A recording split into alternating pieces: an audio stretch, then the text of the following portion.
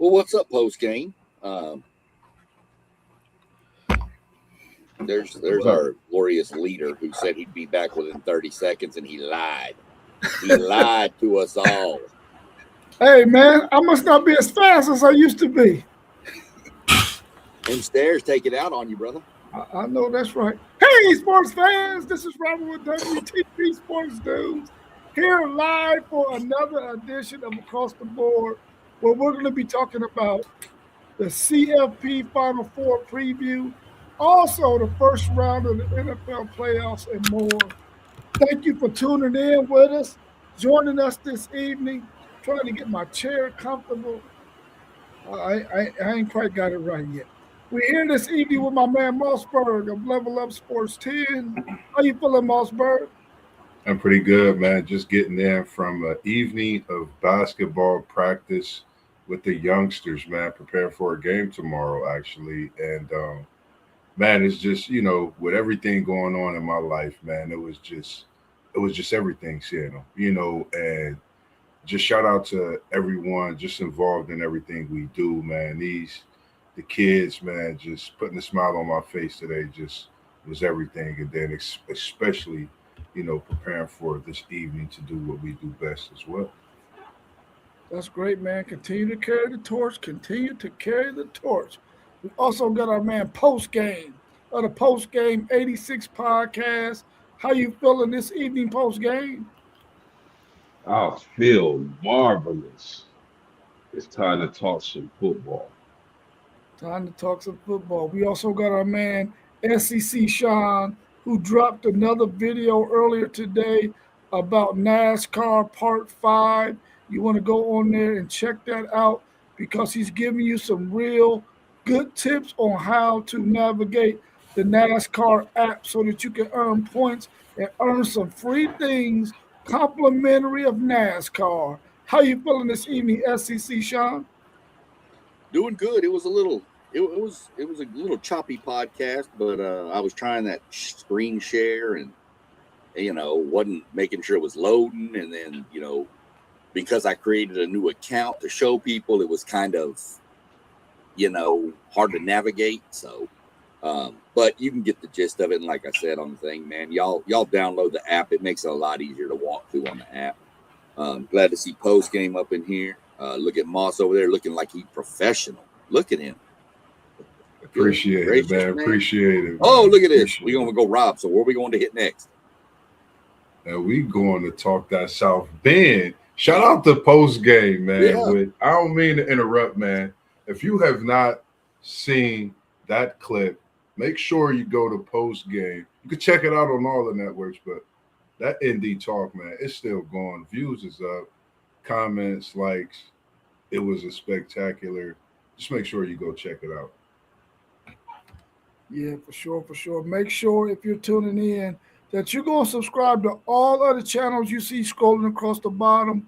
You got at WTP for Life, at Level Up Sports 10, at Parlay Po on the Blitzburg podcast, at Post Game 86. You also got City League TV on Facebook and also on YouTube. And we also got our man FanDuel Zaya, who is now doing One Take Zay. Also, we got our man SEC Sean of the SEC Sean podcast scrolling across the bottom as well. Go and tune into all of those channels because you're going to get a different flavor from each and every one of those. Y'all already know, man. It's time. Hit the bell, too. Hit the bell, too, so you get notified when any of us go live. That's right, because we go on live a lot. Let's go ahead and get in some of this NFL action.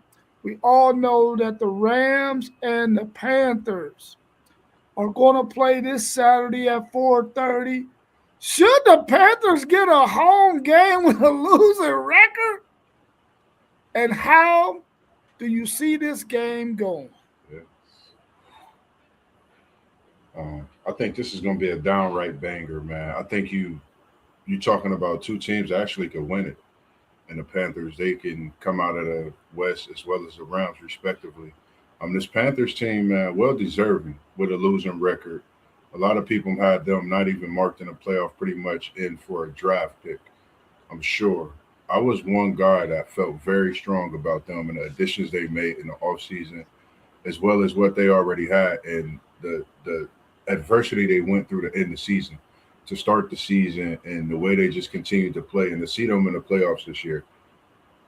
I think they were deserving, and I see the Panthers winning this game in a close one at home and haven't been rocking in the Carolinas in a while when it comes to that, except the Tar Heels. So I think these Panthers gonna roar, and they come in to fight, man. They coming to put it all on the table Saturday. Going with Carolina. If I'm the LA Rams, I'm scared of this, or LA Rams fan. I'm scared of this matchup because I think that the Rams defense is very gettable. And although the Carolina Panthers have not been consistent, I do think they could get hot and torch this Rams defense. Now, the saving grace for the Rams, in my opinion, is that they should Mm, have Devontae Adams back healthy at the wide receiver position. So you parlay Adams with Puka, and the Rams can actually slice up the Panthers defense, especially if they're not able to create pressure on what's my man's name for the Rams, Matthew Stafford. So Matthew Stafford. If they not able to create pressure on him, he's gonna pick them apart. I like the Rams in this game, but I think it's going to be a close game. As far as the Carolina Panthers getting a home game with a losing record, I don't like it. It sucks. But that's how the NFL is laid out. That division, I mean, we talk about the Tampa Bay Buccaneers being banged up for a good part of the season.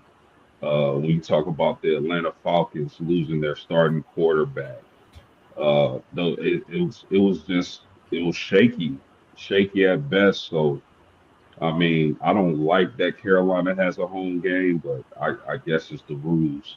But give me the Rams in a close game. Should they have a home game with a losing record? No, they shouldn't. But there's got to be some incentive to win your division. It's not their. I mean, I'd say it's not their fault that their division is not good, but I mean, if anybody in that division would have got hot, if Tampa Bay would have stayed hot, this wouldn't even be a discussion. But there has to be some incentive for winning your division, no matter how bad the division is. I mean, it's still at the end of the day is the NFL. Everybody out there is getting paid. So, you know, I don't like it, though. I still think you should just be seeded, you know, just based on your record. But I do see the point of, hey, we won our division. I don't see this game being close at all. I see the Rams mopping the floor with Carolina. I think experience factor from the Rams is going to be so much different. Stafford's been there, done that. Bryce Young, been there, hasn't done that, except for in college. I just think the Rams are a much better team than Carolina. You know, they played in a much tougher division. So, give me the Rams. Give me the Rams 28-10.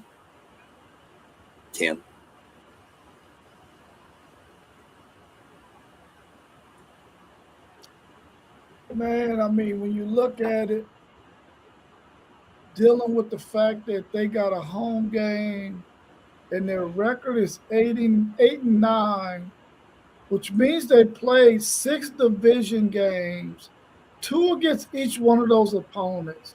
Let's just say they swept the division and went 6-0. Then that means out of their other 11 games, they only won 3 games, bro. 3 games. Come on, man. You can't get no home game doing that. That's ridiculous. Now we know for a fact that they didn't go 6-0 because they just lost to the Tampa Bay Buccaneers.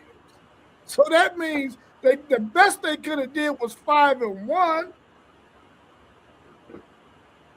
I don't understand it, man. There's no way a team can go and win maybe 4 of their 11 freaking non-division games, and they get a home game. They was 5-3 at home, by the way. 5-3 at home. I think the Rams are about to put it on them like they stole their mama's purse. And I'm going with the Rams in this one because I don't think the Carolina Panthers should even be there, even though they beat up on the Atlanta Falcons twice. I'm going with the Rams because they got this kid by the name of Byron Murphy. Byron Murphy. Byron Murphy, let's go. Defensive tackle from out of Texas. I'm rooting for him. I'm rooting for my man Poona Ford, who's also a defensive tackle who many thought would never make it in the league. And he's been there almost 10 years. And they also got my man Jordan Whittington on that team as well. I'm going with the Rams. Let's go, Matthew Stafford. Make me look good on this prediction and go ahead and take out them Carolina Panthers who shouldn't even be in the playoffs, let alone have a home game. Real quick on these Panthers with this. They played in November. Close one. They got them by a field goal. But they've lost to the Seahawks. They've lost to the Bills. They've lost to the Jags. They lost to quite a few teams in this playoff this year. But I think this Carolina Panther team have the Rams number. I don't know what it is. I think they have their number, and they beat them with Nakua and Adams and a banger. So that's another reason why I'm choosing this Panthers team with their back against the wall, kind of like an Ole Miss team in the college football playoff. So I got the Panthers in this one with a big win. Hey, Bryce Young gets a new extension. No one's seen that coming. Yeah, I would just caution my homies, man. I'm picking the Rams like y'all picking the Rams, but I'm telling you right now, that Rams defense can be got. And especially if they can't stop that run with Rico Dotto and Hubbard, and Carolina's at home, man, this could be a really good game. But again, I'm a lean on Stafford and the fact that he getting Devontae Adams back with Puka, and I also think they're going to do damage on offense, but I don't know if it's going to be a blowout, fellas. Yeah, it was a close game earlier in the year, 31-28. I don't think Matt Stafford's going to turn the ball over 3 times again. So, I mean, I don't see him turning the ball over 3 times, and I don't see Bryce Young throwing 3 more touchdown passes. I think Bryce Young tapped into the Holy Grail or something for that game.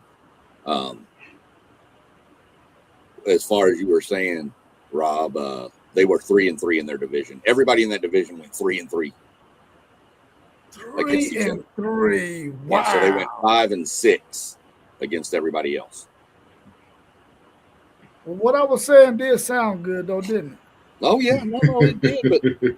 But back to my point, though, they don't deserve it. You said they should never host it, but how are you going to what are you going to give them for winning their division? A trophy. Participation ribbon.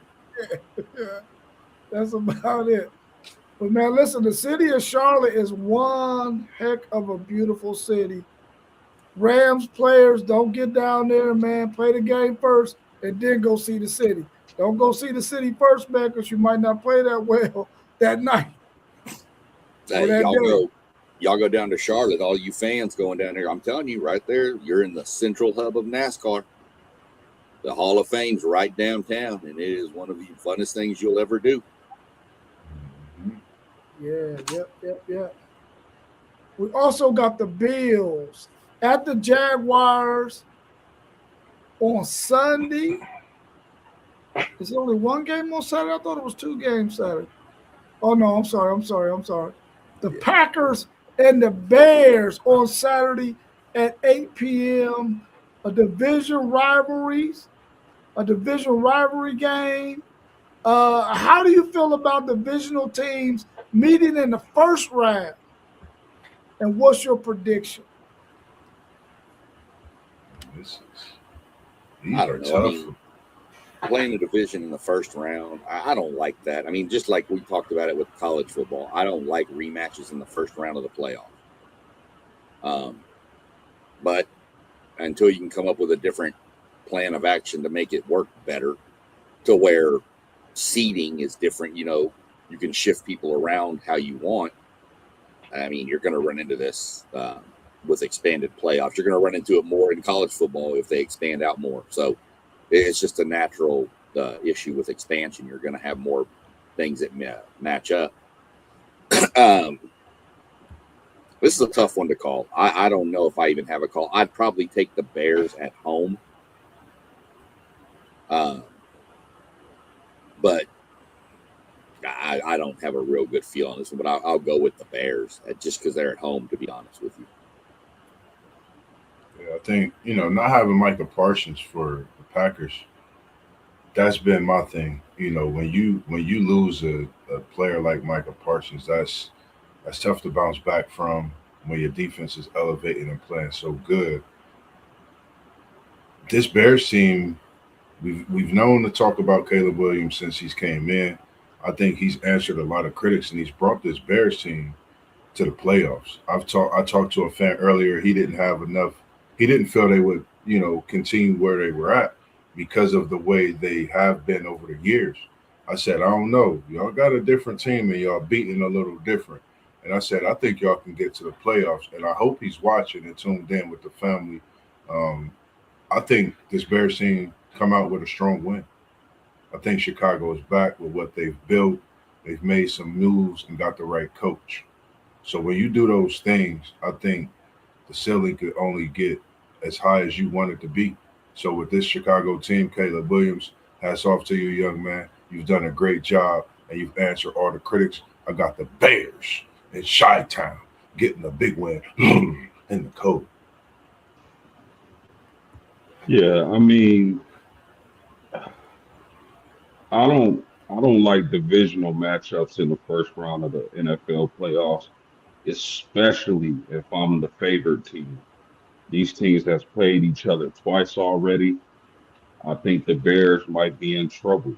And I know that the Packers are banged up. Jordan Love, he should be coming back from injury. And if he's not, can Malik Willis make a difference? I think the Bears are favorite, but the fact that it's a divisional rivalry game in the first round of the playoffs really worries me. So I can see the Packers getting the upset. Now you parlay that with the fact that the Bears aren't experienced when it comes to the playoffs. This is a really young team. First time or a young quarterback, first time being in the playoffs, an inexperienced coach. As a head coach, he's experienced as a coach, but as a head coach, he's not experienced. So I can see this being a trap, and I can see the Packers pulling this game off, especially if Jordan Love is healthy and he's able to perform, despite the injuries the Packers have. Yeah, I don't like divisional games in the first round either. I would like to see those divisional opponents be able to avoid that. But in the case of how the NFL run their thing, man, these two teams matched up based on the seedings, so we gotta have it. But I one thing about these two teams, it don't matter what the weather is because both of them are playing the same type of weather. If it's when it's cold, it's cold. Whenever it's warm, it's warm. So it ain't gonna be no advantage in this one in terms of that. And plus, both teams are pretty close in proximity to each other. It's not some great distance between where the Packers play and where the Bears play. They can probably get on a train or something like that to get to either spot, regardless of where it's at. I'm gonna go, man. At the beginning of the season, man, I love those Packers. They look unbelievable, but then the injuries started to take a toll and started to mount. I want to go with the Bears, man, simply because the Bears haven't been there in a while. Caleb Williams was one of the players who I was like, is this dude going to be a bust or what? He had a really good season this year. He was on my fantasy football team, and he got me some points. So I'm going to go with the Bears in this one. Is Roma Doomsday back? That's a good question. I'm not for sure. I didn't check the injury report yet for this game. You got an update on that SEC, Sean? I believe he's back. I'm not 100% sure, but I believe he is. Yeah, well, let's hope Roma Doomsday is back. I'm going with the Bears in this one, simply because they haven't been there in a while, and I would like to see them get a win over their divisional rival, the Green Bay Packers. Old Texas Tech man, 9144. Don't you go nowhere, because when we start talking about the portal, we definitely want to mention your Texas Tech team, who is dropping the bag right now. Everywhere. We ain't even started dropping bags yet. Yeah, we haven't started dropping the bag yet. Y'all can't. Everybody y'all want keeps going back to their own school. Yeah, I mean. Oh, real quick. I hate to cut you off, but hey, can we give a quick prayers up for the Shipley family, Jordan Shipley? He was airlifted to a hospital for burns away from the accident on the track. Yeah, Jordan Shipley, the old receiver. Yeah. Yeah, something about what I can get out of it. There was an accident on a farm, and he was burned really bad. Somebody said the tractor caught fire and he couldn't get away from it. I don't know if that's 100%. Don't want to speculate on anything. Just know that that's what I found from one post that was a pretty reliable source stated that he was pretty seriously burnt, and his dad is actually, they life flighted him, and his dad's on his way to the hospital. Bob Shipley is on his way there now. So keep the Shipley family in your prayers. I mean, I know it's a Longhorn, and I know the rivalry, but stuff like this puts a rivalry on a back burner.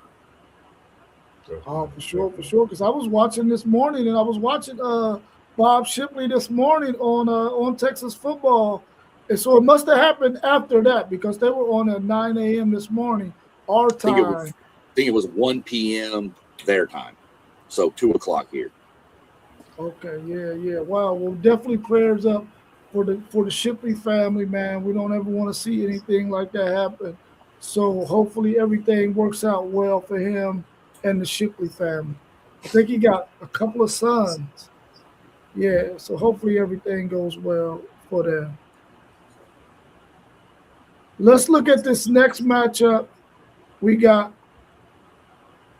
the Los Angeles Chargers traveling all the way across the country to meet the New England Patriots on Sunday they play at 8 p.m.? At 8 p.m. Yeah, you skipped a couple. I think I skipped another one. Dang. What's wrong You skipped with the me today? Bills. You skipped the 49ers. I knew I was tripping. Fan base, we are never going to get more subscribers if you keep pissing off people's teams. I know that's right. Man. So on Sunday, we got the Bills and the Jaguars on Sunday at 1 p.m. Can the Jags D slow down Josh Allen and the Bills? Here's a question for you. Did any of you really think that the Buffalo Bills would be on the road in the first round of the playoffs when the season started? No. I thought they was winning that division. I didn't know New England was going to pull this off. I think the Bills. I think Josh Allen's been there. He knows what it takes to win in these kind of games. I think the Bills can dominate this game. I expect it to be close, but I think it's going to be more Bills. I wouldn't surprise me if it was a shootout, something 38-31, 38-35, somewhere in that range, because I've seen Buffalo get their defense torched earlier in the year too. So we're going to see what happens, but I'll take the Bills over the Jags. This is tough. This is probably one of the toughest games to pick because both teams are going in opposite directions of what we thought at the beginning of the season. I think the Jags defense could slow down anybody in this AFC. Honestly, the Jags is a tough team, and they're playing without the man that we call Travis Hunter, and we know what he brings to this defense as well, and offensively. I think the Bills is in trouble.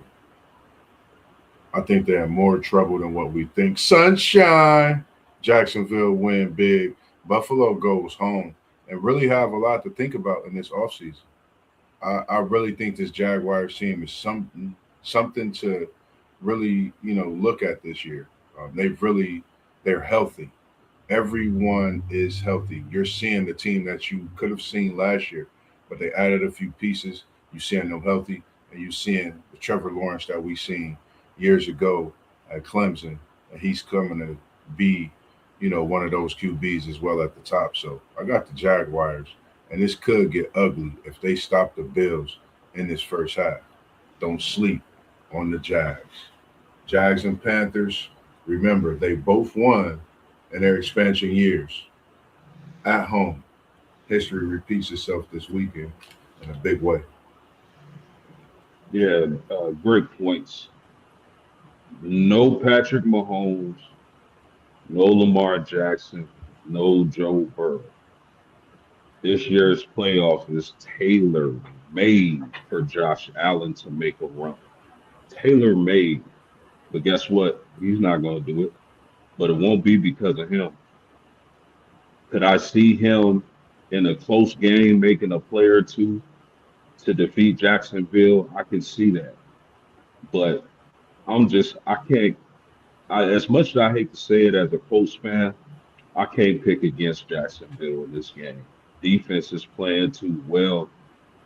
Sunshine, as Moss mentioned, is finally coming into his own. Finally got some consistency, some continuity with with the Jacksonville Jaguars. So I'm gonna take them in this game.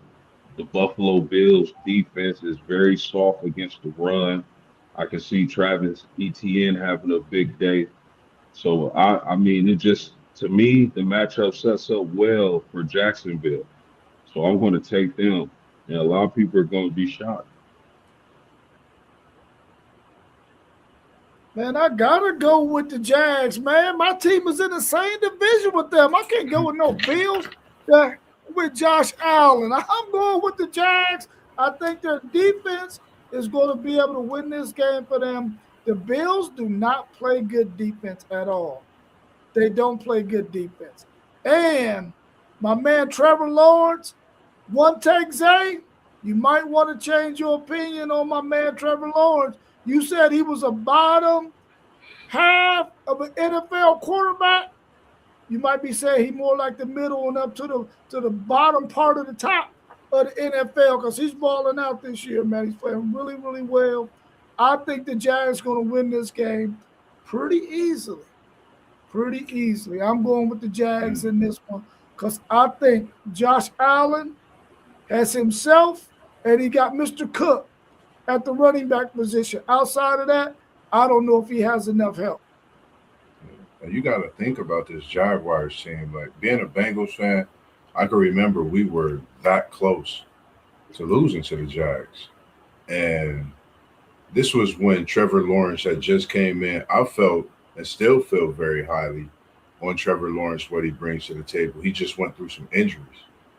And when you go through those injuries, to the way he's actually bounced back, and now they get the pieces filled in.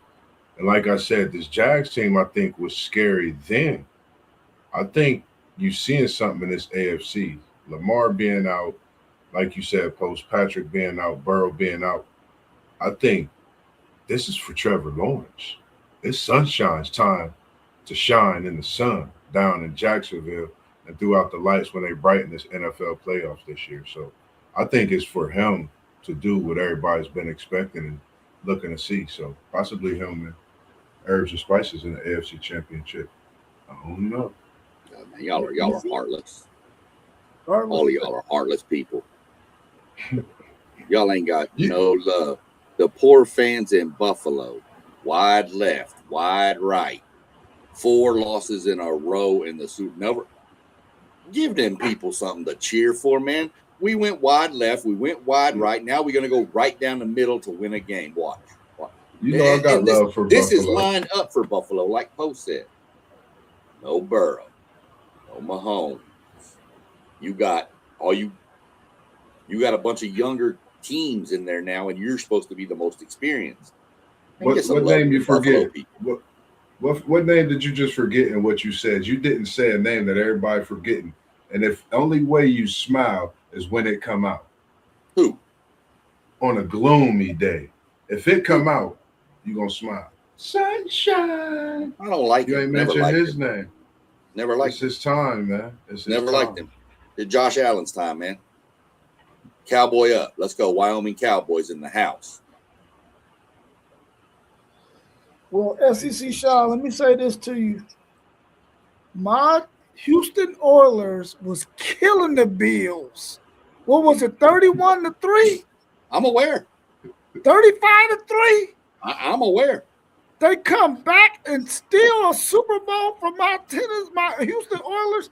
I ain't never room for the Bills, man. That's why. You got to look in the mirror. To him with Frank Wycheck, threw that ball back to my man Dyson, and he took it to the end zone. We got some get back on them for coming back on us 35-3. Then let it play out. Let Buffalo win so that the Texans can knock them out. I don't like the Texans. I like the Tennessee. You got a problem. See, that's the problem with you. You keep jumping around too many teams. You like Mossberg. You got 75 teams. I got one team per sport. No, you don't. You got 2 in football. You got Florida State, Notre Dame, sometimes Miami. You all up in Jacksonville, Cincinnati. Come on, man. I'm doing what I do. You like that Dr. Pepper Sunshine got to commercial. get the love. You like that Dr. Pepper commercial with that dude, that Western mascot. You see the Bengals winter cap. You see the Bengals summer cap. That's who they nation. I seen you the Bengals Crocs. You ain't bought them yet? Nah, I ain't. For what? We ain't even get to the play. What was I about to get them for this season? Why not? Why should I? Them is playoff Crocs. You don't get to the playoffs. I'm not getting them Crocs. Who they nation understand? I got NASCAR. Who they nation understand? What y'all think about this statement from old Texas Tech man 9144? He said, speaking of Kansas City, wouldn't it be great if Cliff Kingsbury goes to Kansas City to reunite with Patrick Mahomes?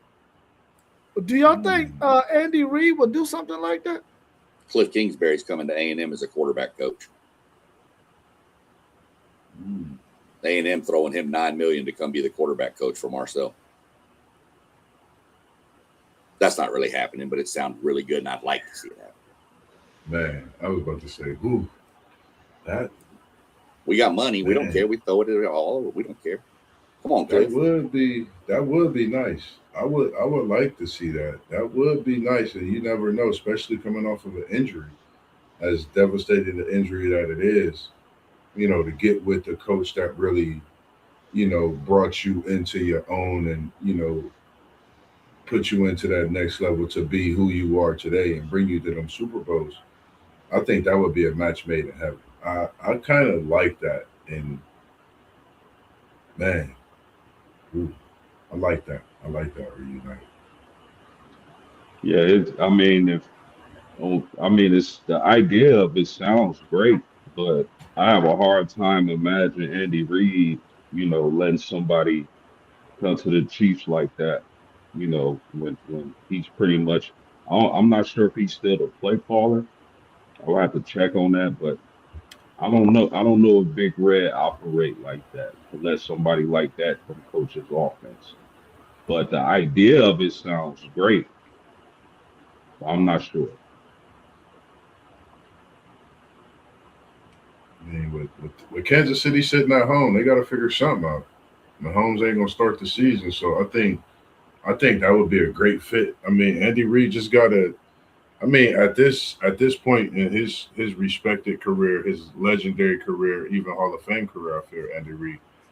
I think this is a time where you got to put your pride to the side, bring something in that's going to elevate, your team to the next, level. Even though you've already hit a certain ceiling, but I think to that next level with what you have and developing, coming up with these young players as Mahomes return from injury, and as you have another quarterback in, I think it would be a great fit. I don't, you know how it goes, man. But that's just my opinion. And Patrick Mahomes ain't the Patrick Mahomes that was 21 years old, man. He up there now. He can't sling it like he used to can sling it. He can still throw the football, but he ain't that dude that was at Texas Tech. I don't want to see Cliff Kingsbury get in there. Let Andy Reid do what he do. Kingsbury, you could go somewhere else and coach. Go to Texas Tech. Marcel Reed, he could use you. I mean, not Texas Tech, but Texas A&M. Go to Texas A&M because they can use you because they got to find the answer to that problem that they got in the state of Texas. This one, what they gonna do with them? They got an issue they got to fix because it ain't going nowhere. We're going to do the same thing to you that everybody's doing to your coach. We're going to stuff him in a damn locker. Wait. My granddaughter's already practicing for you. Man. She's already walking around the house throwing horns down all day. She's 2 years old. She's throwing them down. Why you mess her up like that, man? Oh, She's going to be a smart one. Heck no. She's going to be smart.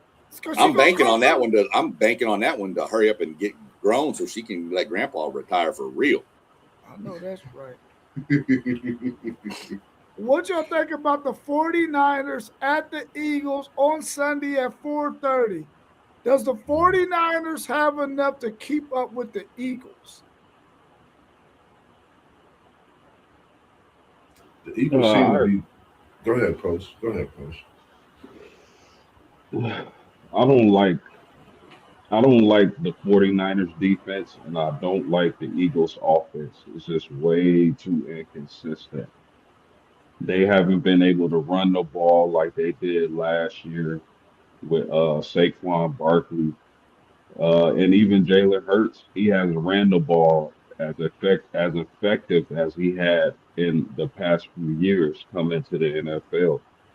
Uh, so I mean, I'm gonna give the Eagles the nod in this game slightly, just because I feel like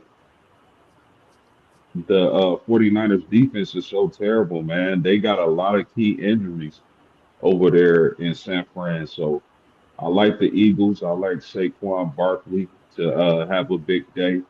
I like the experience of this team. You can't count out a champion. In the words of Rudy T, never underestimate the heart of a champion. So I'm gonna take the Eagles in this game, but I doubt they get very any much further this season. I totally agree with you. I'm feeling the same way. Inconsistency on one side or the other, same. Eagles and 49ers, same way. Could it be, like you said, that breakout game for Saquon? What are we going to see out of Jalen Hurts? The one thing that I remember when we mentioned the name Jalen Hurts is when he was sitting there with that Super Bowl trophy. After that big year with the Eagles, after that season, I think if he get back to any form in his first half, NFC's in trouble. I got the Eagles winning this game, and we can't forget that they brought a player that they retired from that Super Bowl team out of retirement. And the Eagles' run defense has been a lot better. They're looking a lot faster on the defensive side. It's just their offense. If they catch up, it could get scary. So that's just something to watch out for with this Eagles team. Offense catch up, it could get ugly. Defense is really kicking.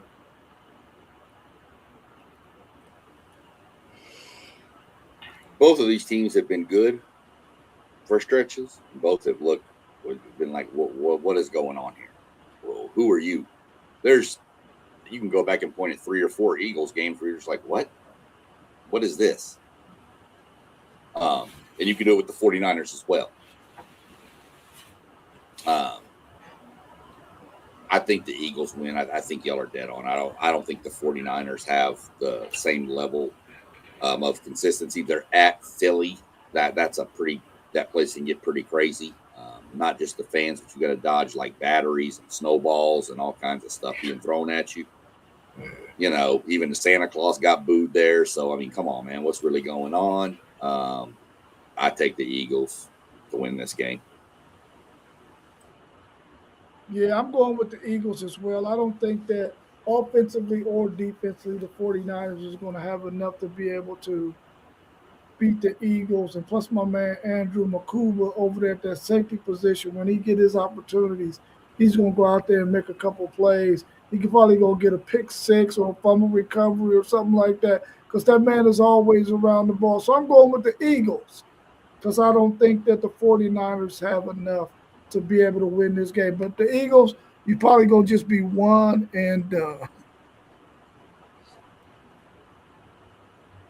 What y'all think about the Chargers traveling all the way across the country to play the New England Patriots on Sunday at 8 p.m.?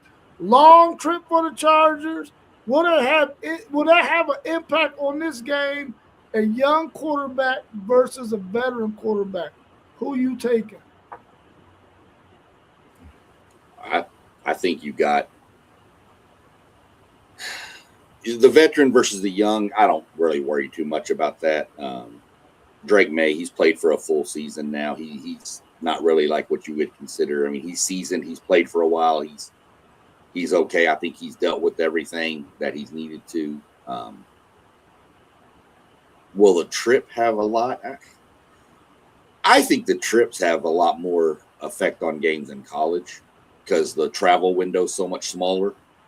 These NFL guys, they could be over there right now, you know. So I know that the distance does play a fact to some extent, but I don't think it's as big in the NFL. I actually have the Patriots beating the Chargers in this game.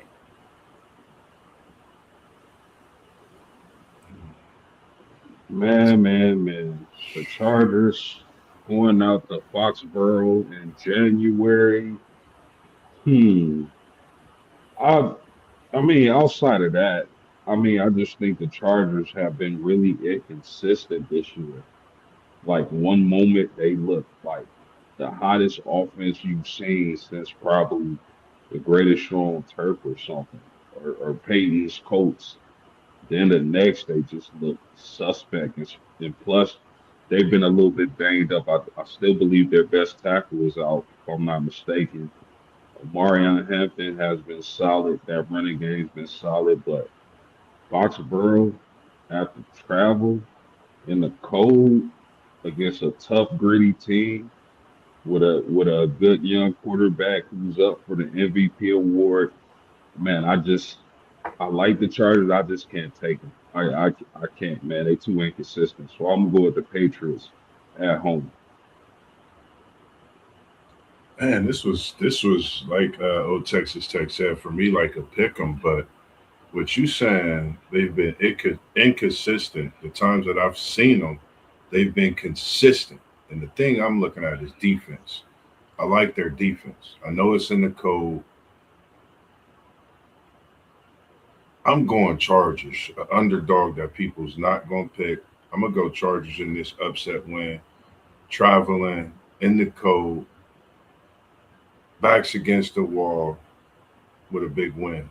And I'm going to say young Caleb, Herbs, hurt. So far, that's what I got. And it might be CJ next. But yeah, that's what I got. I got the big win for the Chargers in this one. Justin Herbs gets him you get him a big win, and I think it really has solidified him. I like him and Sunshine. I like him and Lawrence. I think they still two great quarterbacks, and the way the league is changing by the day, you get the right talent in your system, things can happen, and that's what we're seeing.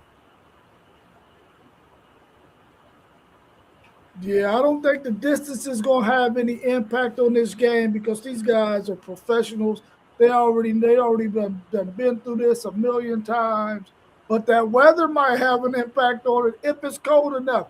Because if you coming from sunny California over there to the East Coast, where it can be anything, it can be freezing, it can be rainy, it can be snow, it can be whatever. So I think that might have an impact on the game. But I'm gonna go with the young quarterback man in this one. I think that he's got more at his disposal offensively and defensively than what my man Herbert has for the Chargers. I'm gonna go with the young buck in this one. I'm taking the New England Patriots to get a win, a team that I didn't think was going to be any good for at least another couple of years. They making Mike Vrabel look like he the man and making my Tennessee Titans look like they some complete idiots.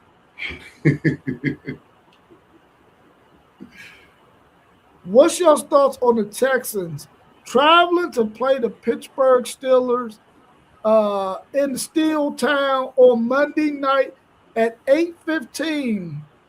Whose D gets it done? Can this make or break Tomlin's time in Pittsburgh? This is probably, for me personally, the toughest game to call because I really like the Texans defense. I really like CJ Stroud, but the Pittsburgh Steelers just seem like that story this year. That team that catches fire out of nowhere and makes a run. I don't know why. I just got that feeling about the Steelers, man. I know Aaron Rodgers is not what he used to be. I know that defense can get got in Pittsburgh, but man, I don't know because Houston's offense can get stagnant. You know, they can't get stagnated, man. But that defense is awesome. So I'm having a really tough time picking this game. I'm a man. I can't. Rodgers might be a sitting duck, man. I can't go against the Texans. I'm gonna take the Texans, but I wouldn't be surprised. I wouldn't be surprised if Pittsburgh found a way to win, man. They got some You said, savvy veterans. you said he might be a sitting duck, man. It's crazy because I'm a Bengals fan and I'm sticking with the North in this one. A little biased too because I got a guy from Florida State, Jalen Ramsey. He's made a big difference in that secondary over at Pittsburgh. So I just like the way, even though that defense in Houston is something special. We know what they do. They can bring pressure, bring heat. They hit you. They intercept it. They do everything. But I think I'm gonna take Pittsburgh at home. Like you said, being one of those teams and how they fought through so much, not just adversity, but when you talk about a Hall of Fame coach and Mike Tomlin being questioned about having a job the next season, all he's done is win. And I think that's what Pittsburgh gonna do this weekend to keep hope alive and keep the naysayers talking about Tomlin and his tenure at Pittsburgh because I think he stays whether Pittsburgh win or lose. But I got him winning this weekend at home.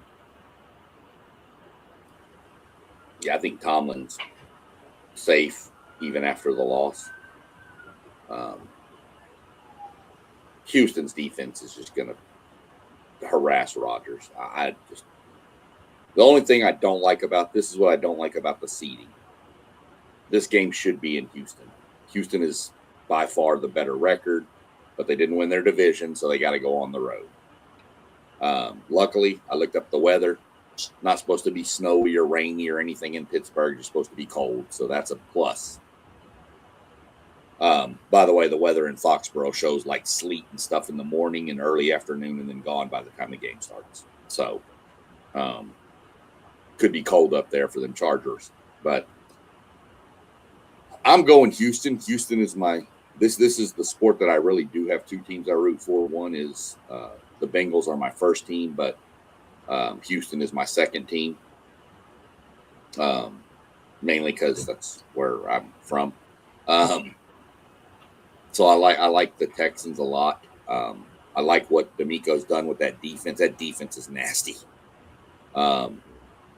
He just went out and got headhunters and put them all over that field. They take the ball away from you. I think the Texans win this. I expect it to be a good game, but I think the Texans win by 7 to 10 points. This is a game I could actually see like 17 to 10 type score. Pretty much first 1 to 20. If anybody gets to 20, probably first 1 to 20 wins the game. It's just the way I see it with the defenses out there. Yeah, I definitely believe that the Texans defense is the one that gets it done in this game. They have a really, really, really good defense. They can get after the quarterback. Old man Aaron Rodgers is probably going to be looking up at the clouds because he's going to be on his back quite a bit. Also, I just think it just comes a time when you just have to say to yourself, Coach, you did a fantastic job here for as long as you've done it, but at some point, history just catches up with you, and you just have to make a move. And I think it's time for them to go ahead and make a move and move on away from Mike Tomlin. Probably because I would like to see my Tennessee Titans pick him up. But I think the Steelers got to move on from Tomlin.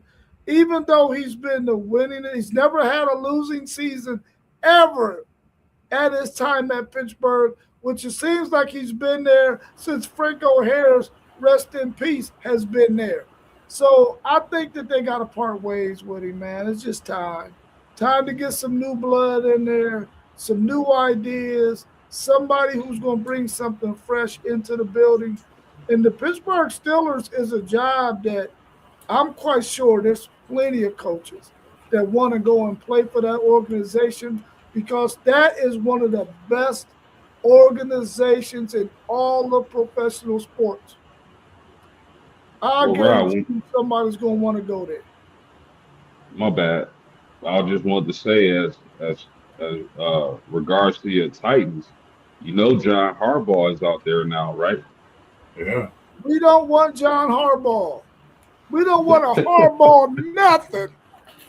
Would you take Morris? Raheem Morris as a defensive coordinator, yes, but not as a head coach, no. You wouldn't want John Harbaugh to build that Tennessee Titan team? I want my Tennessee Titans to stay as far away from the Harbaughs as possible. They gonna hire the Harbaugh since you said that. As far away from them as possible. Tennessee hire one of the Harbaughs. Fair enough, man. Fair enough. Yeah. That name just carries a negative vibe, and it might not be nothing that he's ever done to attain that, but his brother just, man, I don't know. I don't know, man. I could do without them. Let's talk a little bit about I'm telling you, Sark. Go get him. Nah, I want Sark to stay where he at. Nah, Sark ain't staying there, man. Y'all wanted to leave. Y'all wanted to leave so y'all can have a chance. Don't give a shit. Sark's going to the Raiders, and then Manning's going to follow him as the number one pick in the draft. Watch. Listen, he would make a mistake by going to the Raiders. The Raiders is an organization. But then he can take Arch with him. You don't want to play for. They're not the Raiders of old. Their organization is in turmoil. Yeah, it's in turmoil. Let's turn our attentions to the transfer portal. The transfer portal has been open for 5 days. Why haven't we seen more of the top players in the portal choose a team yet? Because the money ain't right. I need them dollars, baby. Show me the money. That's it. They gotta figure it out. I mean, Cam Coleman went to Texas, who lied and said he was going to be there for 2 days. He was there for 1. Then he came to A&M for 2, by the way. Now he's back home in Bama, and supposedly he's going to go visit Bama. which I don't like that. He's canceled. USC has apparently dropped out of it, and Texas Tech is still in it. I don't see him going to Texas Tech. I mean, he could. I don't know, but he may want to ask Micah Hudson how it is out there playing wide receiver at Texas Tech. So, yeah, who I'm glad left from A&M after he transferred from the Tech to A&M and then back to Tech in the same year. So, bye. That's what it is. They're trying to leverage. Plus, they got to talk to their agents and stuff and be like, look, Texas offered me $3 million, A&M offered me $3.1 million. Is $100,000 more than worth it? So there's so many things. These kids are dealing with money that's life altering for them, and I think, believe it or not, some of them want to make the best decision for not only their financial but their playing future. So we'll see. I know he said Cam Coleman's going to Lubbock, I guess, tomorrow. I don't know. I haven't heard that. I just heard him. He's in Bama today. Can I say one thing real quick while we talking about Cam Coleman? No disrespect to the young talent. I'm looking at this Indiana and this portal. They get Hoover. They get Nick Marsh. Okay. We talking about Coleman. I like this Nick Marsh kid. I think he's the guy to have when it comes to the wide receivers. Even a kid, Omarion, I forget his last name. He went over to Arizona State. Omarion Miller, I believe. So I think, with all due respect, Cam Coleman is a talent. But when you're doing this, for me, I don't know. I'm liking what Indiana's doing. Signetti's doing something crazy in this portal right now. Just getting two big names right off the bat. So, it's a lot going on, but that's just something that really jumped out to me, seeing Nick Marsh and Hoover. We know what they bring to the table, go to the same school in the Big Ten Conference. Yeah, those are some big moves. As far as Rob's question, though, I mean, folks are just doing their due diligence. It's upward, but I believe it's like 4,000 or 5,000 players in a portal this year, if I'm not mistaken. That's a 4,500. Over 4,500. Yeah. Man, that is crazy. So these folks are doing their due diligence. We gotta remember it's only one portal this year. There isn't a spring portal. So people are just doing their due diligence. Kids are trying to get in the best situation they can financially and as far as playing time. So I think, as the week goes on, more and more information will trickle in, and we'll get answers as to where players are going. Fan bases got to chill. Over 4,500 players, let them do their job. So the news will trickle in as the week goes on. Then, like you said, I think it's just a new. You got to get used to everything. You don't know which coaches is going where. It's been a coaching carousel as we see. So, like family, it's a lot of things that people have to put in place before they make a choice. And some of these decisions are life-changing decisions, as we've seen over in just this short time. Life-changing decisions. So, with that being said, I think it's just going to be more of that we see with them not choosing a team just yet, but I think that's a lot of the reason. Well, the top players, they understand that they are the ones that people are vying for the most, so they can take their time and they can go ahead and fill this thing out and try to see if they can run this money up as high as they could possibly get it. But once those top players, once those dominoes drop, then you're gonna start to really see some of the other dominoes drop. Now it ain't gonna be 4,500 players though.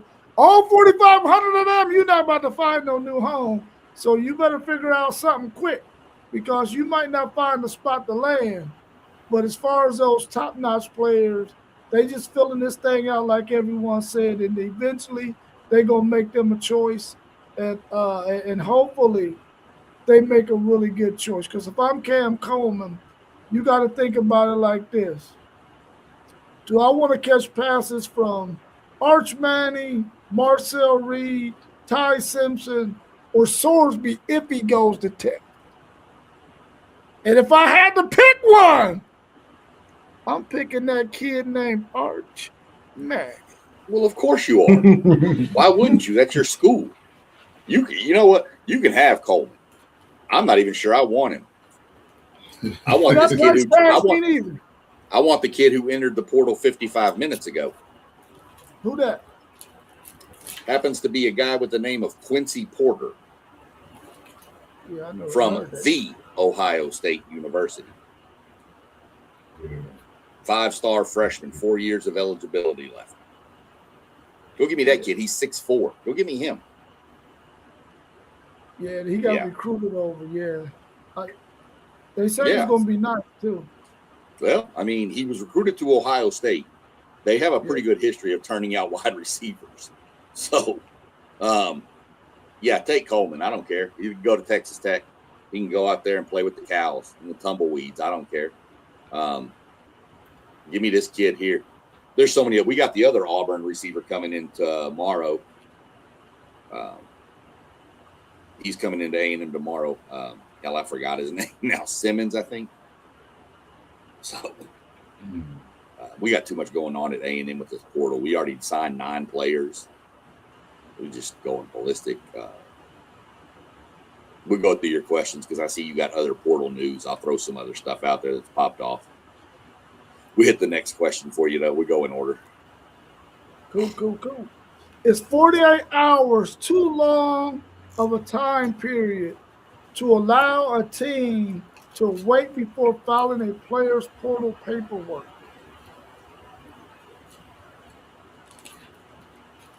I think it depends. And I think it depends on who's the player and is the staff or the university that he's currently at trying to make an offer to get him to stay, and do they need time to put something together? But I don't think that should take 48 hours. I think within 24 hours of a kid saying it, you should say, look, we want you to stay here till we can offer. And if he's like, nah, I'm going to go, I need to find better playing time, then put his name in, let him go. I think that's too long. I mean, I understand a day and a half maybe, but I think 24 hours, because it's just too much. Give it a day, because it's just going to have the constant motion of what we're seeing right now. Yeah, my answer to that is I don't know, because I really don't know what the process is and what goes into that type of thing. So I'm not sure. You would think they can speed up the process, but I don't really know the process to give a definitive answer on it. Yeah, I think it should be cut down to 24 hours. 48 hours is a little bit much. And if this is a player that you want on your roster to continue to be there, it's one thing to be in the negotiations with a guy and you ain't quite agreed on a figure yet, and then he decide he want to get in the portal, but y'all still having negotiations. I can see that lasting 48 hours. But if this is a guy who you've already come to terms with and y'all don't think y'all going to reach an agreement, it shouldn't take you 48 hours to file that young man's paperwork. It should be in there within 24 hours, man. So I would like to see that get sped up to the end, because you should already know what players are planning on hitting the portal. So I would like to see a 24-hour window as opposed to a 48-hour window.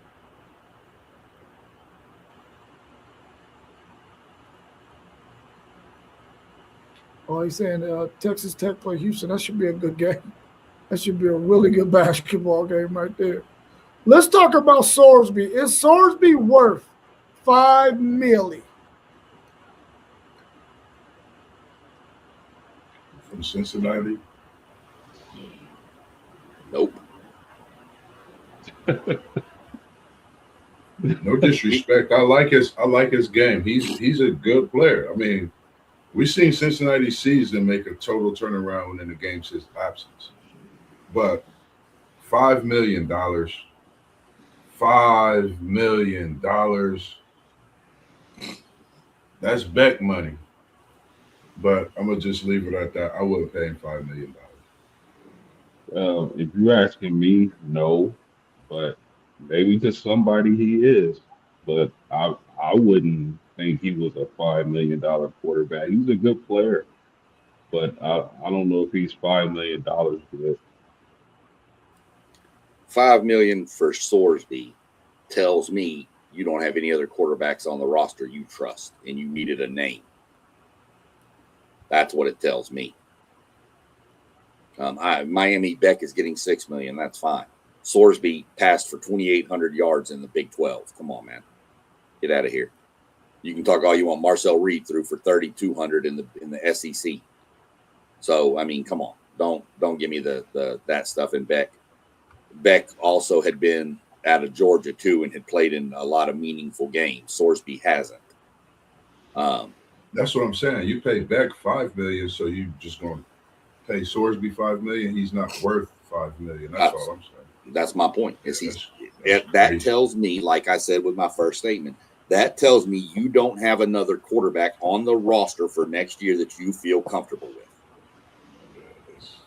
Those are some really good points, fellas. But could they have went out? Why did they go after Sorsby though? All the quarterbacks that are in the portal. Well, if you, our buddy over here, Old Tech Man, he's been saying it for a while. He saw Sorsby going there because his girlfriend is going to play volleyball there. Yeah. And, you know, that's going to play a lot into it. So they probably could have got him for a cheaper discount with his girlfriend going there, but, you know. I don't want to be disrespectful and say the wrong thing, but it's not no Kelsey Swifty type thing, is it, man? No, it's not even a Paul Skeens, Libby Dunn type thing. I mean, it's just a dude and his girlfriend. And she happens to be a volleyball player going there, and he's a quarterback, and he was available. So, I just and I hope guess that Texas Tech is better at volleyball than Cincinnati is. I don't know. I just hope that they could just be like they could let them be students and be athletes and not interfere with all that. Because like some people will take what I said and misconstrue it, but what I'm saying is don't put them in the spotlight. Let them be students. Let them be athletes. I don't You know think what I you'll see mean? that. That's all. I don't think you'll see You know that. how it go. You know, but I mean, like I said, I don't know. I guess Texas Tech's better at volleyball. I do know who's better at volleyball than all of them. Hey, you got bragging Yeah, I rights. watched. You got bragging rights. I watched that women's. I watched the women's tournament as well. That women's championship. It was a special matchup. Watching. I seen the Texas and Kentucky matchup. Texas I didn't see A&M. anything. Texas A&M. Okay, that was Texas A&M in Texas. No, Texas A&M and Kentucky played in the final. In the final. Oh, see, I seen the semifinal there. I didn't see the final because I didn't watch the next day. I seen the Texas and Kentucky matchup. Texas didn't play Kentucky. Texas played. Texas lost to Wisconsin in the They played in the quarterfinals. regular season, though, Mossberg. They played in the regular Yeah, they season. played in the regular season. I was watching something the other night, late night. I don't know if it was what it was, but it was that women's volleyball because I seen Spears there. He is supporting his daughter, so Yeah, she played for definitely a Texas. good Yeah. watch. Okay. yeah. It was probably a replay of a game. So yeah, they do Yeah. that a lot. Well, this time next year, if Sorsby has Texas Tech in the semifinals, then yeah, he's worth that $5 million. Like Beck was worth that $6 million because they're in the semifinals on their way to possibly playing for a national championship. I think they had to get a quarterback out of the quarterbacks that was out there, and I think they went after the one who was possibly the easiest one for them to get. A guy who wasn't necessarily going to try to take a whole lot of trips all across the country to try to find a home. He found a home on a Texas Tech team that is really talented, that's going to continue to be really, really talented in a conference that he's already familiar with. He already know the landscape of the Big 12. I think that was a good move for him. He probably didn't want to go somewhere else where he was going to have to have to have a whole lot of competition too. So, I mean, hats off to him and getting that bread. Hopefully, he has a ball out season. Is there any other portal news y'all would like to touch on before we get to these last two preview games? Because we want to try to wrap up by an hour and 30 minutes, so we're about 20 minutes away. Real quick news. A&M lost Chase Basantis to the NFL draft. Our starting left guard and Torian York declared for the draft today too, the linebacker. Wow, some big losses. Yeah, but I mean, we've like I said, we've added quite a bit in the portal already. We've added a couple of edge rushers, linebacker, a couple D linemen, couple O linemen, safety. The kid from Colorado, Tafreek, his brother or something plays in the NFL as a safety. I forget his last name now. I've seen that too. A couple of other, we're hitting the positions we need, and there's still some big names out there that we're chasing after. I fully expect tomorrow A&M gets their running back commit. I believe they're going to get the kid out of Washington, Muhammad. I believe he's going to come in. He's going to kind of be that Le'Veon Moss back that we need. So kind of it with the portal today. It's kind of a slower day today, but you get everybody takes their visits on that first weekend that it opens, and then then you'll see more visits start ramping up as the week moves on. I know we got the running back from Washington and the running back from Baylor coming in tomorrow, along with some other players. Only thing that I find interesting is the linebacker from Pitt. I believe he's not going to Ohio State. Have y'all heard of the landing spot? I haven't. I keep looking for it. I keep hoping he'll pop up on the visit list for A&M, but I'm shocked he's not at Ohio State already. I could see him going to Penn State, though, with Campbell. I could see that. And it seems like Kansas State has taken all of A&M's leftovers with Colin Klein. Mm-hmm. They took that Isaiah Williams wide receiver. They took, I believe that tight end we had, number 17, the kid from Sweden, called him Thor. I think he's going to wind up at K-State with Colin, too. So. But yeah, that's about all I've got on the portal today. We'll shape up and see what comes out tomorrow. Yeah, well, Texas got their work cut out for them. They got some things to do, but they're being patient. So hopefully, they'll be able to make some things happen. They were able to sign Trevor Goolsby, the left tackle, but there's still a chance that he might declare for the NFL draft. But they did get him signed. They're trying to work out some things with Ryan Wingo to get him signed. They're really close, but they haven't quite got that on the dotted line yet.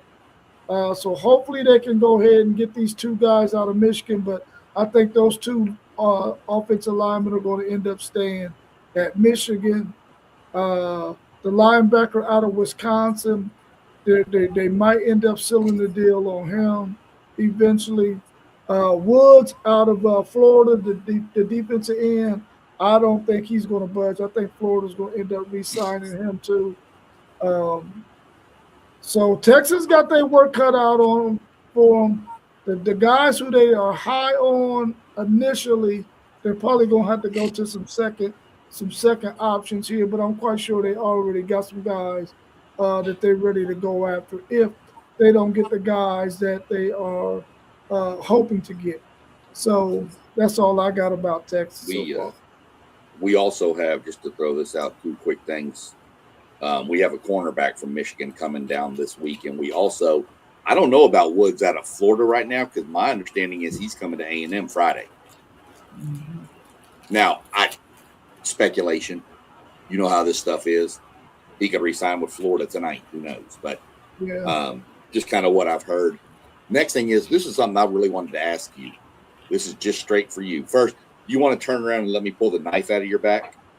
I already feel it. I bet you do, from Parker going to OU. He that's where he was originally going to go play football at originally. So Yeah. we just happened to turn the tables on him. Right. I really hate what happened to Parker Livingston. I Yeah. really do. But they offered him a 6-figure But deal, a that's mid 6-figure deal. well, now that's what Texas says. Yeah, that's what Texas says. Yeah, That's not what he says. that's He not, didn't say that's they not what didn't. Parker said. You're right. So that's my point. I wanted to get your take on real quick. Do you think him coming out and saying some choices are out of your control, making it seem like Texas forced him out, has hurt Texas in the transfer portal? Do you think it's made kids think, wait a minute, they may not want to, they may push me out after 1 year? Do you think that's having an effect on some of this? Because a lot of y'all's targets that were supposed to come visit have turned around and went back to their original schools. I don't think so. I don't think so. I think right now, every player, every agent understands that this is a business now, and so I don't, I don't think so. But I will say this: him saying what he said definitely put it made me think about Texas a little bit differently until I heard some other reports. Because I was like, man, don't do that to Parker Livingston. But then once I read some other reports that they offered him a 6-figure deal, a mid 6-figure deal. I mean, That's, I don't know, but I mean, yeah. there's always three sides to the story. You know, And ain't none of them Texas, fully right. Parker, and then the truth. So Right. yeah. Yeah. But best of luck to him. I hope that he shows out when they play each other, man. Just a quick thing on the quarterback from USF going to Auburn. I think Auburn would just be a team to watch. Just really will be a team to watch. I think they're revamping and reloading. I know what they had young. So, I'm going to keep my eye on Auburn like I did Carolina in the NFL. I'm going to watch Auburn throughout. Auburn's going to take a couple years This will take a couple years to rebuild that roster. They're losing quite a bit. Both receivers. I think they're losing a D end. I think Missouri's stud D end went into the portal today too. I mean, it's Auburn's going to take a while to rebuild.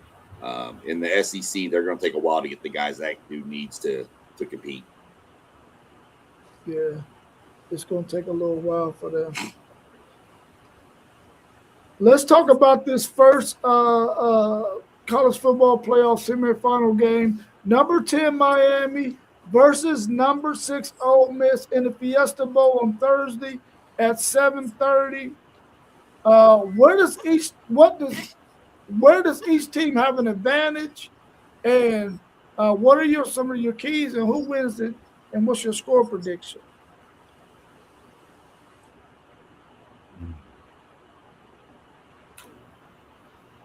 Tough I think game. Miami does. Yeah, for sure. Go ahead, you got it, Post. Man, listen. We all know that Miami has a heck of a pass rush, heck of a D line. They're a physical, brutal defense.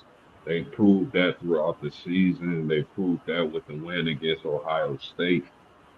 Uh, I think the key to this game, because we know they're going to get pressure on Chambliss, but can they get him down? Can they actually hit him? Because he has escapability and he's able to make plays on the run or plays with his legs. So to me, the key for Mississippi is if he can negate that pass rush with his mobility and find receivers down the field. Now, for Miami, I think Miami is doing a good job of kind of how can I put it? They're they're kind of controlling Beck so he doesn't lose the game for him. They you don't have to be as aggressive with Beck with that running game and that defense that they have with Miami. So I think they're doing a good job with that. So if they're able to keep him under control like they've been doing, and him not losing the game for them, I think Miami is in good shape to win this game.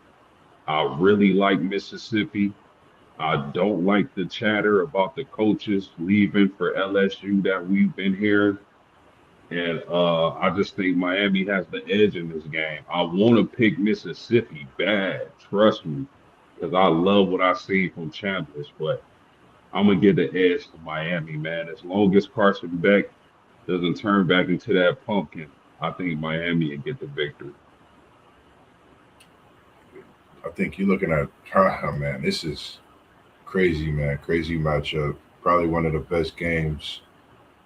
I think both of these games are great, but I think this is a game to watch. So many different battles. Advantage Miami's pass rush. I think Ole Miss advantage is at the quarterback position, like you said, the escape ability to keep plays going. Um, I think those are two big factors on both sides of the ball. The keys is what can Miami's run offense do against Chambers and his ability to escape the pocket and continue to make plays, keep plays going. That's my thing. For the keys, especially, we know what the pass rush do, like you said post game. I'm ACC. KT, I know you watching, you Justin, a few others, man. Shout out to your Hurricanes because they've been coming through and they spinning. And I think they get a big win right here. The Crystal Ball continues to win another. If we look at it, it's in a way of historically for this coach as well. He's winning big games, taking a Miami team nobody thought should be in. They've beat the Ohio State team. They've not just beat the Ohio State team, they, beat the A&M team. So this Miami team is a team to really look at. People can say what they want. They could possibly bring the ACC in a prominent position at the end of the season. I got Miami winning in a close banger. 27-24 Miami.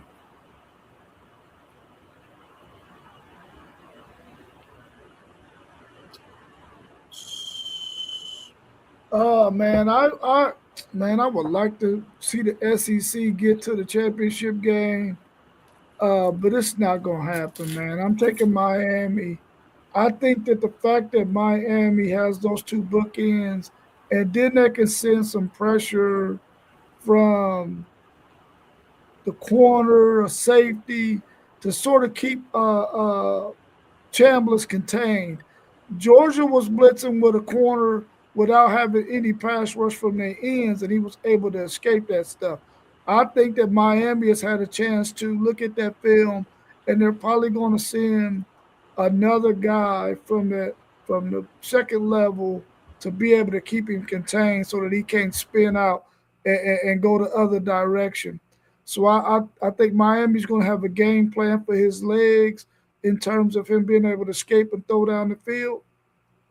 So I'm going with them in this game. I think the advantage for Miami is the fact that they're going to be a little bit more physical, like they have been in both games so far, than Ole Miss. The physicality that they're going to bring, I don't think Ole Miss is going to be able to do that for 4 quarters.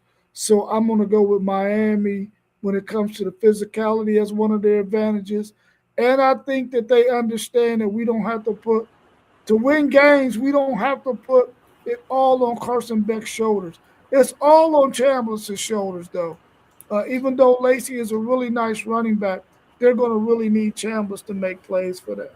So I think that's another advantage and another key in this game. I'm going with Miami to win it 24-20.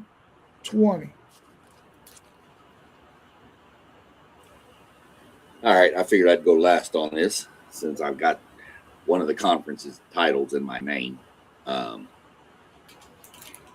I've ever since Miami beat A&M, I have to say their defense is nasty. What they did to Ohio State. I mean, Ohio State looked decent to start the third quarter. But, I mean, when you're Ohio State, you've got playmakers. You're going to make some plays. It's just a matter of how many and they just couldn't make enough. And most of that credit is to the Miami defense for forcing that. Chambliss is phenomenal. Crazy. Championship pedigree from, yes, Division II. I've said it before. I don't care. I don't care if you win a national. What was the kid's name? I forgot his name, from Auburn. Quarterback. Cam Newton. Yeah. Good Lord. I had Cam. I was going to call him Cam Coleman. I got him stuck on my brain, I guess. Cam Newton went to Blinn Junior College. Won a title. Went to Auburn. Won a title. Championship pedigree does not matter what level you're on. It's championship pedigree. Knowing how to win the games in pressure-packed situations. He knows how to do that. I'm an SEC guy. I'd love to see the SEC win this. Ain't happening. Ain't happening. Miami's defense is too physical. Chambliss can run around all he wants. The problem is this defense can track him, and they play sound gap integrity defense. They don't overextend. The book ends Bain and Hakeem Mesidor. They don't go up the field and loop back. They come and then they come across. They're going to force him to either come up in the pocket, where then you've got the big boys up front coming down the middle, but they don't get pushed wide, and they don't over pursue the quarterback. I saw it against Marcel Reed. I saw it. They tracked him down from behind numerous times, and they had him so scrambled in the pocket that the pocket would just eventually collapse on him. That's not even sending blitzes. That's 4-man coming at you, which means you're playing coverage with 7. It's pretty hard to find openings against the 7-man defense when you only have a few seconds before you're getting crushed. And all it takes is a couple of hits and then feet start dancing. I like what Ole Miss is doing. It's a good story. I think it ends here in the semifinals. And I'm not even going to say it's not. Y'all all have it close. I don't have it close at all. I don't see this being close at all. Ole Miss will be lucky to score 14. This is probably going to get ugly fast because Miami's just going to start leaning on them with the run game in the second half. And then they're going to start pressing, and I think it's going to lead to a couple of turnovers. I've got Miami. I'll go Miami 35-14. Beat down. Yeah, I just don't see this being close. I get it. And I can also see the game going that way. But y'all gotta remember, if we go back some streams, post game said that between Miami and Texas A&M, one of those teams could make a run, and it end up being Miami. I mean, I all of us said it. That defense is just ferocious, man. And although I like Mississippi, I like their quarterback. I love Charlie Weiss Jr. I think he's really good at calling offense. Watched him grow up at Notre Dame on the sidelines on Saturdays with his dad being the coach there. So, I mean, but Miami is just playing too good right now. Also, real quick, I'm almost tempted to switch over to Ole Miss, but I'm gonna go Miami. They got that Michael Irvin. I think with him being on that sideline, man, he's effective. They have that alumni. This Miami team, I think it's a destined team as well. Nothing against Ole Miss. If they win, just remember the stuff we said about them too. It could be possible for them, and it could be a Big Ten SEC showdown again. But ACC has been talked about. I'm staying with my conference and picking the Canes. I ain't saying nothing bad about Michael Irvin, but I'm going to say he sure does seem to have a lot of energy.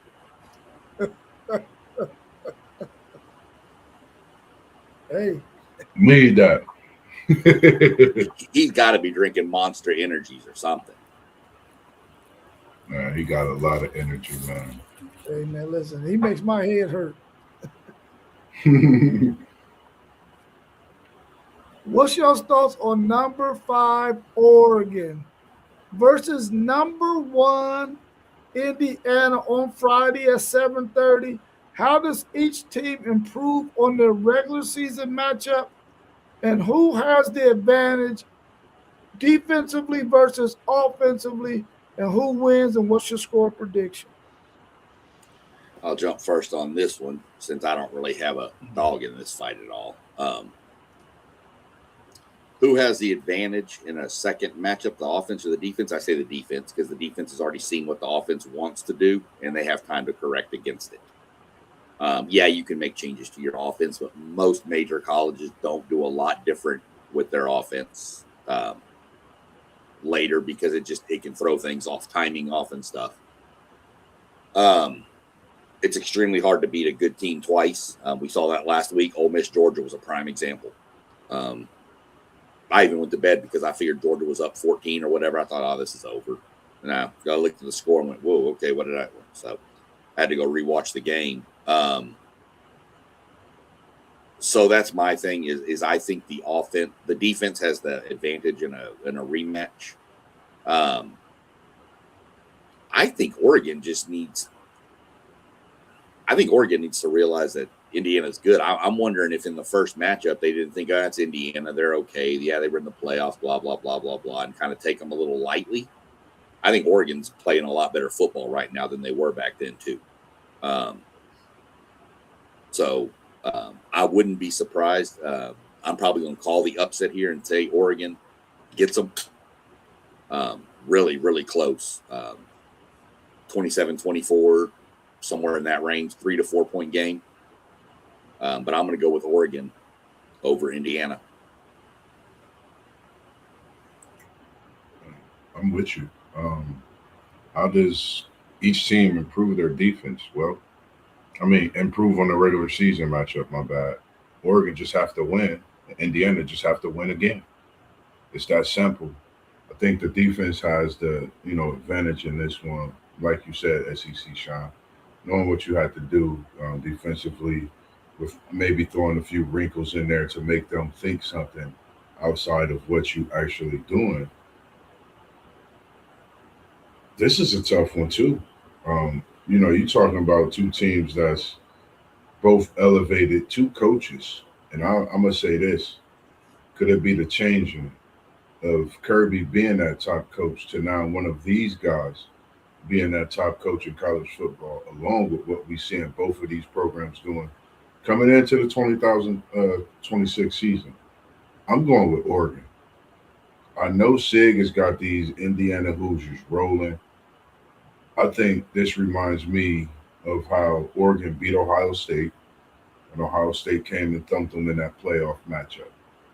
This is the same thing I think can happen.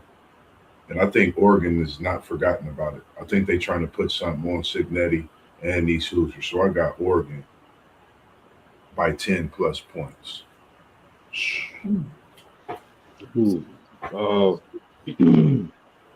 Really, for me, this is a tough game to call. If you would have asked me last week, I would have said Indiana is going to win this game. But the closer and closer we get to this game, I'm starting to like Oregon a little more. Um, for the simple fact that it's tough to beat a team twice, a good team twice. Uh, Both you guys made some really good points about Oregon. But the key for me in this game is going to be Oregon's offensive line, man. Can they stand on business? Can they create opportunities for that rushing attack? That's going to be key for me. I know it might seem or sound cliche, but I really believe Oregon's offensive line is going to be the key to this game. I don't if Oregon gets to the point where Dante Moore is pressing, trying to make plays downfield, they cook. Because I've been hearing a lot about that Indiana zone defense and how it's been confusing a lot of quarterbacks this season. Uh, I feel like Oregon has gotten better, but Indiana has gotten better also, in my opinion. Uh, I just think that, um, like the guy said, it's tough to beat a great team twice. So I just feel like Oregon somehow, some way, is gonna find a way to win this game. And like I said, if you would have asked me a few days ago, I would have said Indiana easy. They so well coached and disciplined, man. It's extremely hard for me to pick against IU. But I just think that Oregon's gonna find a way to get the job done. I think they're gonna stun Indiana. Yeah, how does each team improve on their regular season matchup? It's going to have to come down to Dante Moore making sure that he doesn't make those mistakes like he made in that first game. And if he can do that, and that offensive line, like you said, post game can hold up and find some running lanes for the running backs in the run game, they could take advantage of some things against Indiana. The thing with Indiana is they just got to continue to be disciplined, continue to be fundamentally sound, continue to do the things that they've always done all season. They got to make sure that they are in position to make plays and tackle in space.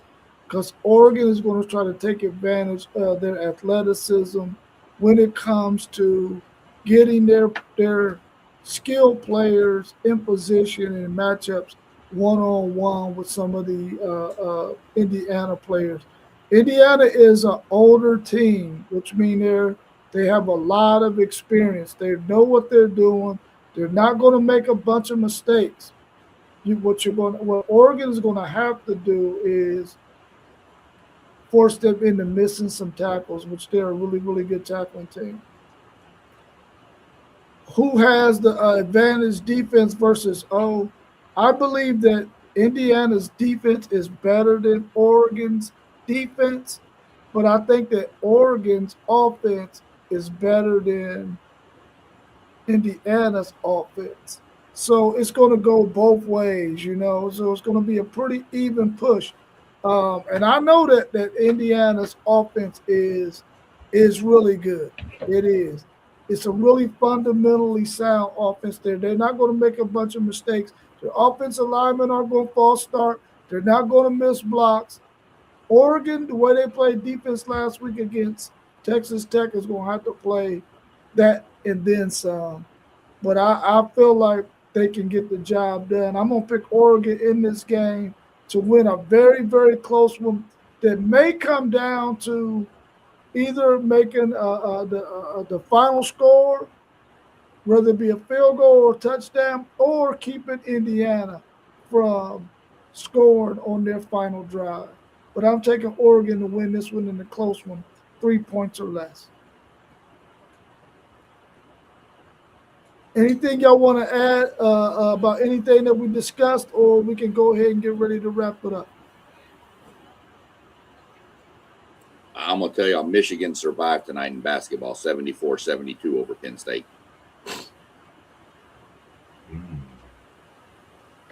So that's conference play for you. Yeah.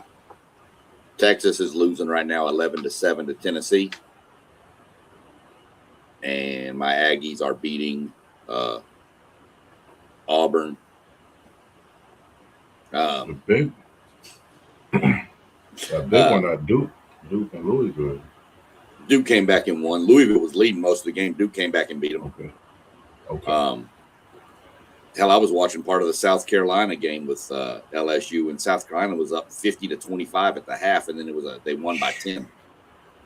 How about that Houston Tech game? What's going on? It was 8-6 Tech. Just started. 8-6? 8. Oh. No. If it's 80-6, we jumping off here, and I'm gonna tune into something. There's all kinds of records broken. Definitely. It was 8-6. Let's see if I can get it real quick. Good Lord, my Dallas Stars are terrible. God. Man, ESPN would work. This would be a lot better. While he's doing that, what's y'all's thoughts on Thursday doing the stream? Yay or nay? Because the game comes on at 7:30, and we normally go at 7:45. I'd probably. We any way we can go a little earlier. Y'all can. I know I can. I probably won't get home until no earlier than 7:15. But y'all Chop can. it Y'all up. We could.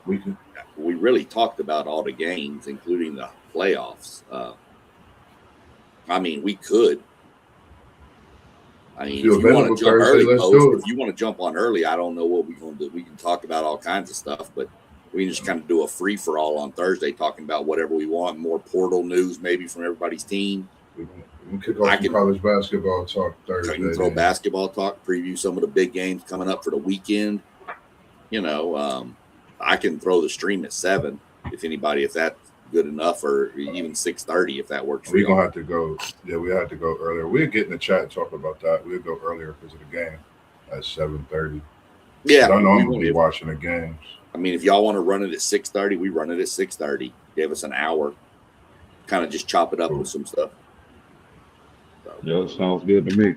Let me know. We'll go from there. It's 12 to 11 Texas, 10 to 6 Texas Tech, and somebody's losing. Hold on. Iowa's getting beat pretty bad by Minnesota. Let's see. Florida beat the hell out of Georgia. Let me get an update on my Aggies real quick. 20 to 18 A&M. So that's where we sat.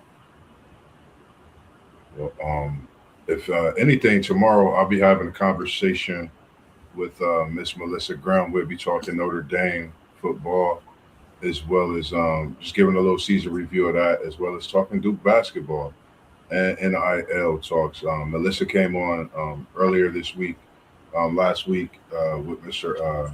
WTP for Life, and they did the season interview with post game on Notre Dame, and it was one to see. So make sure you go back and watch that.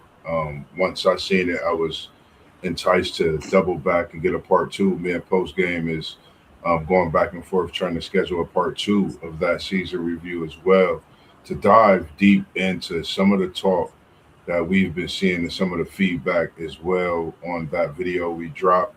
And like I said, man, just make sure you always locked in and staying in tune with us. Shout out to all the people I've been able to meet. I met a guy yesterday at the University of Cincinnati. It was a pleasure to meet you. I can't wait till we actually talk and hopefully to get some things done soon.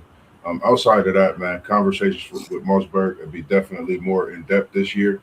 I'll be opening up into my own story, my own personal story, from growing up a humble kid in the city, man. I call myself a city kid, and I'll be able to let you guys let the world into my life and some of my upbringing, and some of those things as well.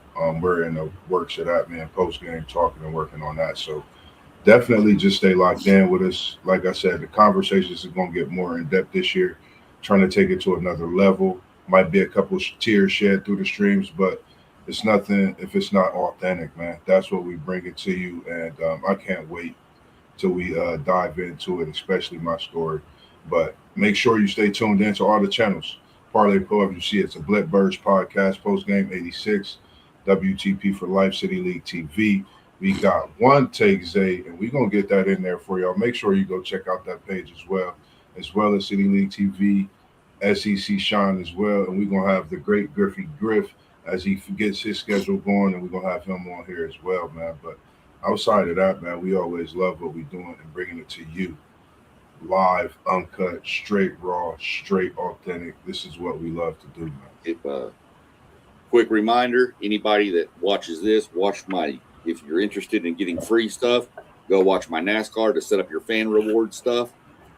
Question was out there today, gave the answer to that question in that chat and in that podcast, and that video, whatever you want to call it. Tomorrow there'll be a Powerball where they give away more free points, and then Thursday another question. I'm going to be posting the answers to the question in a post on my YouTube page. So if you subscribe, go look at my post. You'll get the answer every Tuesday and Thursday. I don't know what time I'm going to post them. Probably around noonish Eastern time. I'll post them. And then Wednesdays, there'll be that. And then as we get closer, I'll do another pod and we'll go through some more. But if you've got the app and if you want free stuff, I'm walking you through how to get it. All right, y'all. Y'all enjoy the rest of y'all's evening, man. We'll see y'all again tomorrow with my man Mossberg with his conversation with Melissa Graham. Y'all have a good evening, and I'll check y'all on the rebound. Yep, y'all be good. Peace. All right, y'all. Peace. Great evening.